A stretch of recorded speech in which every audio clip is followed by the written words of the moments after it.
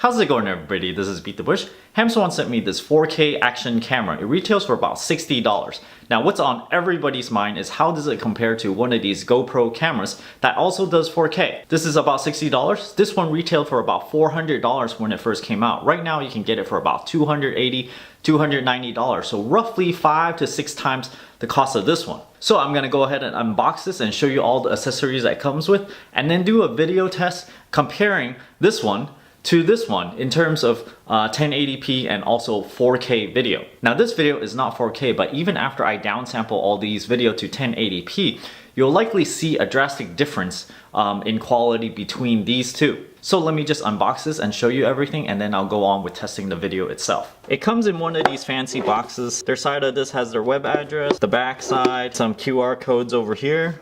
It is model F68. It says super waterproof, point-to-point Wi-Fi, 170-degree super wide angle lens, loop recording, 1080p HD video recording, H.264, which is this compression type, industrial full 6 glass lens. Nothing industrial about 6 glass lens here. Time-lapse photography can be considered as the opposite of high-speed photography or slow motion.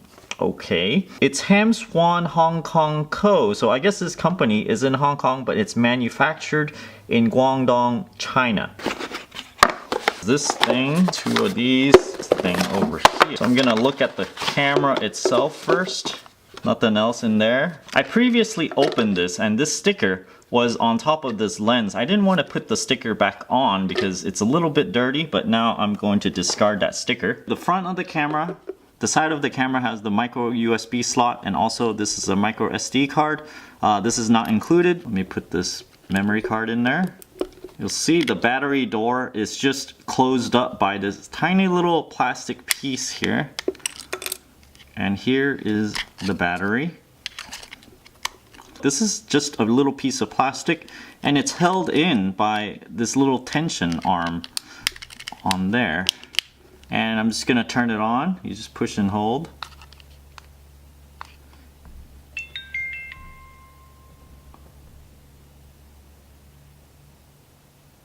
So if I push the mode button right here, it'll change from video to a camera, 16 megapixels, to playback, and then finally the settings. So let me just check out the accessories first. Over here you have the waterproof case. There's a little bit of rubber grommet here. This thing is sealed, okay? So it has a bunch of other things. Let me unpack all of this so that you can see everything. Over here is the other accessory box. Okay, so I got all these accessories that's shown in the instruction manual. I've laid them out the exact same way over here, and we're gonna take a look at each one. It's a bit confusing to use all this. This is the waterproof housing thing. This is a stand that I guess you can put it inside one of these. There's two of them, and one of them is meant to be stuck on something because it has an adhesive thing. And once you stick it on, you can put this little mount on and take it off as you like, while this thing gets stuck to whichever surface. This thing is the same thing, except it has a little bit of a screw thingamabob, and this looks like to be a selfie stick thing, or somewhere that has one of this type of screw. This door is if you want to have a little bit better sound, so you remove the door off of this thing and put this thing in there. It's gonna become splash proof but not waterproof because there's holes right here. This thing is again a 1/4-inch screw mount. Over here is one of these mounting straps, and I assume you can do something like this. I don't know, there's two of them, and you can arrange it in such a way so that you can mount this, you know, turn it into a wrist mount, I assume. There's two additional adhesive strip here.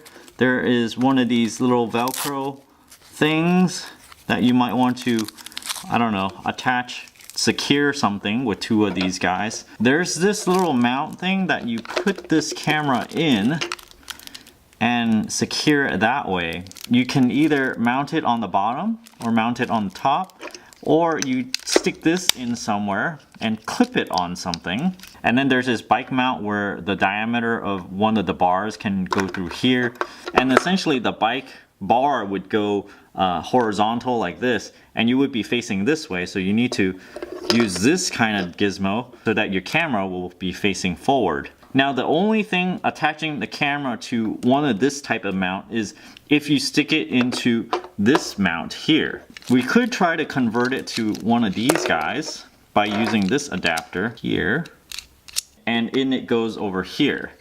And then you have a 90-degree mount thing here and an extension thing so that you can make this turn a bit more, and like another little angle thing that can come up a little bit more. Micro USB cable, zip ties. I'm not too sure what you use that one for. Cleaning cloth. Basically all of these accessories though. You think, oh wow, there's a lot of these accessories, but all of these are like plastic things, and you can essentially get all of this in a giant package on Amazon as well. So don't get all excited going, oh my gosh, there are so many accessories. We really need to look at the camera and the quality of the video coming out of it and not get tempted by all these little accessories here. So the first thing I'm gonna do, which is most important, is to record at 1080p 30 frames a second, because that's the most used type of video format. Start recording over here on this one, and then I'm gonna start recording also on the GoPro. Make sure it's recording. Both of them are recording, and then I'm just gonna speak a little bit and you can hear the audio between the two. Now I'm gonna adjust both of them to 4K video. When I turn on the Wi-Fi, I can hear a slight, tiny audible clicking after I click the Wi-Fi button on this Hamswan action camera. It goes like that. So making an audible sound after you click a button within the electronics is generally not a good thing. You only want the thing to make sounds when it's using a beeper or something like that. Okay, so both of these cameras are on 4K right now. This one is 4K 15 frames per second, which is the maximum it can do. Now I did take a look at the video format after this generated the format.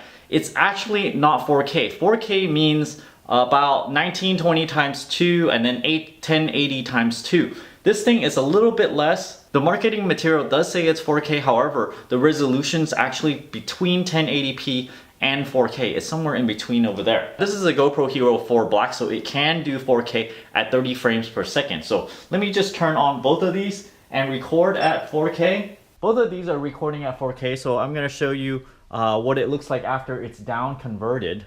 And now I'm gonna test the audio quality. I'm gonna show you what it sounds like in the Hamswan action camera, and now I'm gonna switch it over to the GoPro action camera for audio. Now I really think you should just look at the video quality between these two and do your comparison and do your decision making of buying this thing or not from the video quality. If you're not that into the video quality and you just want something that just works, something that will be somewhat waterproof, something that you can just see some sort of video, you don't care too much about the resolution or the picture quality, then yeah, sure, you can get something like this and you can, you know, ride your dirt bike or whatever. It will record something and you can see, you know, your footage from it. It won't be very good quality. It might be a little bit fuzzy, but this is what you get, and you can kind of judge how good the video quality just from the video I took just now. If you're interested in getting one of these action camera yourself, I'll leave an affiliate link down in the video description below. And as always, if you're interested in supporting this channel, I have an Audible link down in the video description below. I have a Patreon over here, and don't forget to subscribe. Thanks for watching.